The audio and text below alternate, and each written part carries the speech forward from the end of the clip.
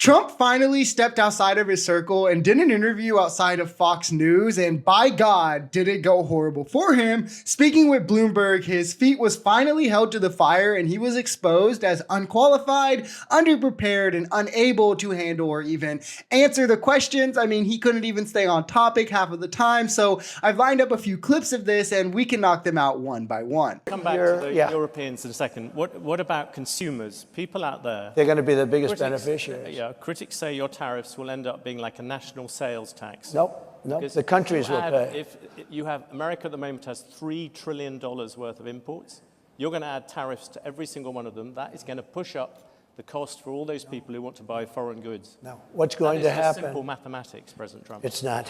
Yeah, it is, but not the way you figure it out. We talked a lot about tariffs. You look at the American economy, 40 million jobs rely on trade. It counts for 27% of GDP. Okay.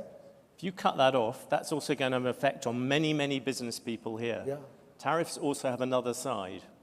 Isn't that something that you have to acknowledge? No. You could be plunging America into the biggest trade war since Smoot-Hawley. But there are no tariffs. You're going to stop. There are tariffs already. I put these two clips together because they're both about tariffs, but it makes so much nonsense at once that it's almost hard to debunk, because Trump is again showing that he doesn't really know how tariffs work, which is pretty scary. He says again, as he always says, that those countries will pay, but tariffs go on the company that's importing the product, not the country that is exporting. So it's American businesses that will pay consumers through those prices getting passed on to them, which is why the prices go up. I mean, it's pretty simple math. Indeed, Trump goes on to say in the clip that there's no tariffs currently, which, like, yes, there is. This is so easily verifiable. It's a weird lie. And the host is right. You can see through the tariffs we have the effects, and then enlarging that to the rate that Trump wants to see tariffs, and you would see that it would destroy GDP growth, affect workers in terms of employment numbers, small business owners who rely on trade would be out of luck, and the consumer in the prices that they have to pay as the cost is passed through on them, where again, the exporting country, whether it be China, Europe, wherever, doesn't pay a dime of the tariff. It's levied on American businesses. You just mentioned Putin, though, and this has been this controversy of the past week. Can you say yes or no whether you have talked to Vladimir Putin since you stopped being president? Well, I don't comment on that, but I will tell you that if I did, it's a smart thing. That pretty much sums it up right there. A potential candidate for president as a private citizen talking to a foreign adversary, potentially to undermine the current presidential administration or to set up quid pro quo for if he reaches office. And he did so in secret, which shows he had something to hide. And he now refuses to even acknowledge whether he did or not, or what they talked about. It makes sense why he says, "Oh, in the Russia-Ukraine conflict, the day I'm elected, I won't even have to step in the office," because he probably has an under-the-table deal set up with Putin to do so, to give him some, unclassified documents or something that would speak to why he was trying so hard to hide them. Or, maybe he already has. Who knows? Should Google be broken up? I just haven't gotten over something the Justice Department did yesterday, where Virginia cleaned up its voter rolls and got rid of thousands and thousands of bad votes, and the Justice Department sued them that they should be allowed to put those bad votes and illegal votes back in and let the people vote. So I haven't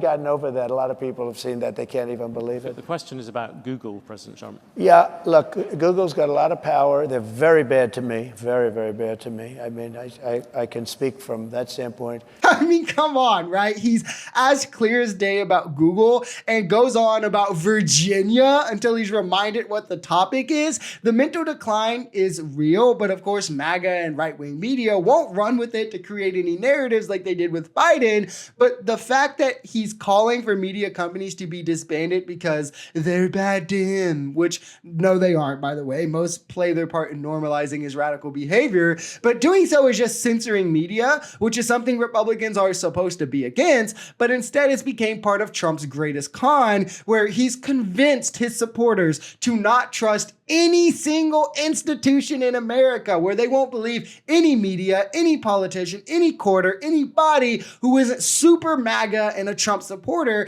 That way, to his base, he always gets to frame anything he says or does through whatever lens he thinks is best, rather than the truth, which is inherently un-American, unpatriotic, as they're trying to anoint a king. If you look at the events of January the 6th, 2021, it showed to many people America's democracy was unruly and violent.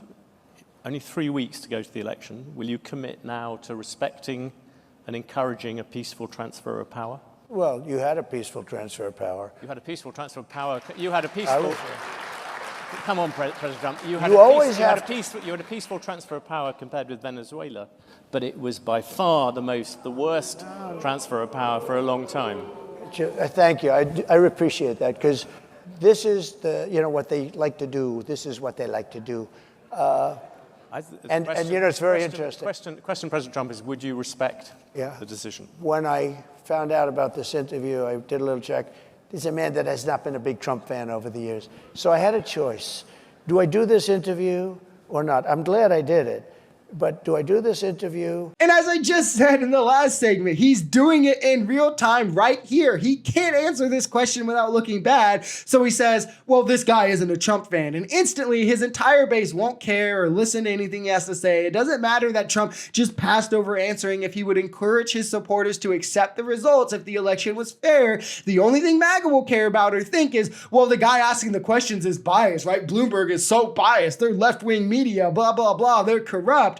But instead, I mean, it's kind of hilarious dumb, right? Because I would like to add, this was the worst peaceful transfer of power that we've ever had, not just the worst that we've seen in a long time. It's the only time the peaceful transfer of power has ever been delayed in our country by a mob that Trump sent to the Capitol in hopes to get Mike Pence to accept his fake electors. And while it was delayed, Trump used that time not to try and stop the mob, but to call up state officials, call up his DOJ, frantically try to find any way to overturn the results of a free and fair election to instead go his way. And the peaceful transfer of power still happened hours late, but it happened despite Trump's actions, not because of his actions, which is a very important piece when you're weighing on the next presidential nominee, right? If Trump got his way last time, Pence would have accepted 7 fake slates of electors and subverted the votes of the people in 7 different states. Pretending it doesn't matter because he failed is like saying attempted murder shouldn't be a charge because, you missed your shot, so you didn't do anything wrong.